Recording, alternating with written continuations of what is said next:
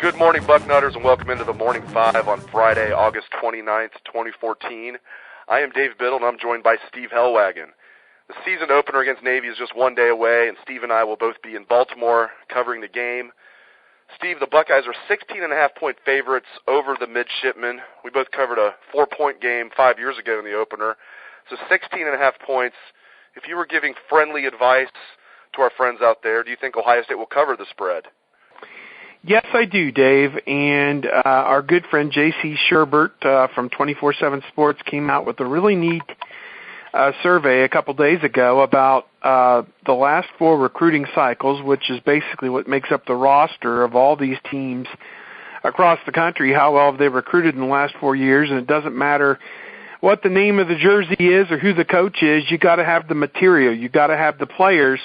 And Ohio State's got the players. They're not going to have one player. They're not going to have Braxton Miller, who's probably the best player they've recruited in the last 4 years. But their roster is the second best in terms of the recruiting rankings in the last 4 years. So I like that, and I think Ohio State may or may not make the playoff at the end of the year because of the breaks could go for them or against them. But Navy 9-4 last year. They were 2-2 against teams from major conferences. They beat Indiana. They got blown out by Duke. They won a game at Pittsburgh and lost a 4-point game to Notre Dame. So they're kind of all over the map against top competition last year. And I just think Ohio State's going to have too much for them on Saturday. The Buckeyes seemed absolutely locked into J.T. Barrett as the starting quarterback, and everybody knows he's going to be the starter. What I mean by that is there's no plans for Cardale Jones to come in, let's say, the third or fourth series of the game. You asked Urban Meyer that question point blank. We also asked Tom Herman about that. Now, Jones might play, but the point of the matter is there's no plan to get him in there. It's not like they're saying, okay, we have to get Cardale Jones in there sometime in the first half.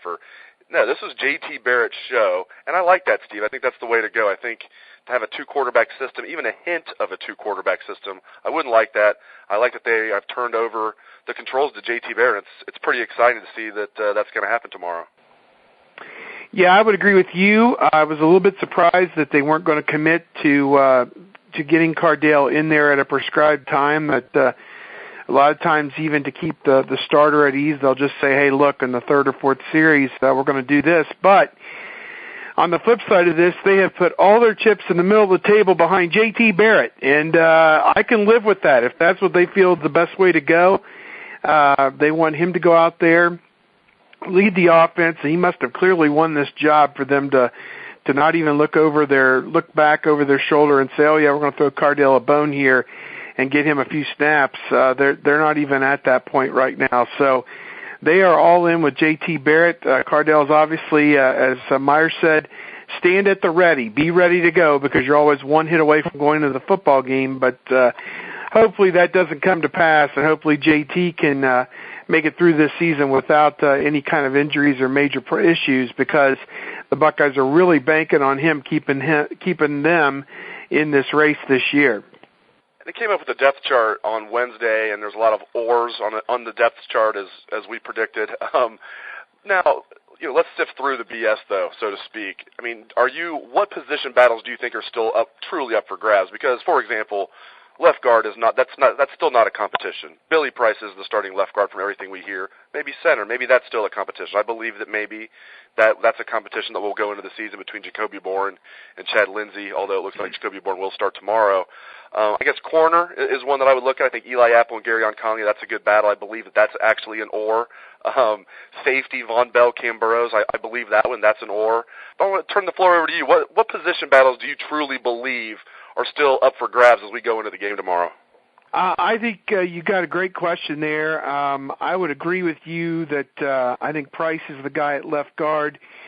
I listened to Jim Lachey, the former All-American, on the radio on Monday on the Buckeye Roundtable that they do, and he kind of shared a lot of what we'd heard privately coming out of there, that they just aren't sold on Bourne because he's just not the prototype size, and yet Lachey made a comment that he played next to a guy in the NFL that didn't match up to everybody size-wise, and he was an all-pro. So, what can you do? What can you say? I guess we'll just wait and see on that center position how much Lindsey gets to play in this first game, but I think it's Bourne's position to lose.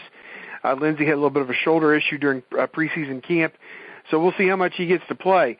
You look up and down the line, I think Bennett and Shutt, that's Bennett's position. It's just he was hurt a little bit during preseason camp, and Shutt had a great camp, so he's going to get to play some. I think Cam Burrows may actually get to play more than Von Bell in this game because he may be more of a better, run support player, which Navy's going to run the ball 78% of the time or whatever the ratio is, and that's what they need for this game. I think when you get in there against teams that are going to throw the ball, I think they'd much rather have Von Bell in the game from what I could tell. And then down the line, Garyon Conley and Eli Apple, I don't have a real clear feeling on that one. I imagine they're both going to play. It's going to be such a hot day. And the other thing is, in this game, you're not going to get a good gauge on the corner position because Navy can't throw the football. So, I don't think you worry too much about who the corners are. You worry about getting the ball carrier down. And I made this point in the game data page that I did. If you're watching this game and it's clipping along and Navy is consistently 2nd and 3, 2nd and 4, 2nd and 2, that's not a good thing. That means they're getting a lot of yards on first down, and they're blocking things perfectly and getting 6, 7, 8 yards a clip on first down and maintaining possession. That's not what the Buckeyes want to see. They got to own first down, put them behind the schedule in down and distance, and make Keenan Robinson have to try and throw the football. I want to let our listeners know what to expect coverage-wise while we're in Baltimore. We'll have our live game thread on the front row message board on Saturday. That'll probably be posted Friday night, actually. So look for our live game thread. You can participate in that, read along. Steve will post his 10 burning questions to the front page Saturday morning. Steve will also do the game story for the Navy game and a sidebar. I will do a What We Learned column plus a sidebar. Steve, am I leaving anything out? I know you're going to have video of Urban Meyer, too. I mean, what am I leaving out here? I know we're going to have wall-to-wall coverage. My guess is this will be the first time we get a chance to talk to J.T. Barrett, so one or both of us will be all over that story, I'm sure. Absolutely. Good, bad, or indifferent when this game's over, and maybe he'll do something memorable or historical in this game. He's got kind of a low bar he's got to get over. The only other freshman who started a season opener in the modern era was Arch Leister in 1978, and they didn't score a point. So if they at least put 3 points on the board offensively, he'll beat whatever it was Art had with 5 interceptions in that loss to Penn State. I'm obviously joking because I don't think it's going to go quite that bad, but I think it's going to be a lot of fun to see this kid grow up before our eyes. And here's the thing, Dave. I mean, 2 months ago, we were all sitting here looking at each other saying, how could they not make the playoff? How are they going to not win the Big Ten? Well, now, if they win the Big Ten and somehow make it to the playoff, what an amazing achievement that would be. And I think that, I wouldn't say expectations have been geared down. I think it's a different kind of anticipation to see, hey, the road from point A to point B is going to be so much fun to follow this year. And we understand that if it does take a crooked turn at some point, there's an honest understanding of why it happened. And I think people are going into the season with a healthy outlook that, yeah, we want to win the national championship, but whatever happens, happens, and we're just going to enjoy this ride. Great stuff out of Steve Hellwagon. Steve, next time I see you, we will be in Baltimore later today. I look forward to that. The game is tomorrow. I can't believe we're sitting here talking about the game is tomorrow. We've been saying all week, game week just felt good to say that. It feels so great to say the game is tomorrow, so keep it locked to Bucknuts. Thanks to Steve Hellwagon. Thanks to all the listeners out there. Take it away, best damn band in the land.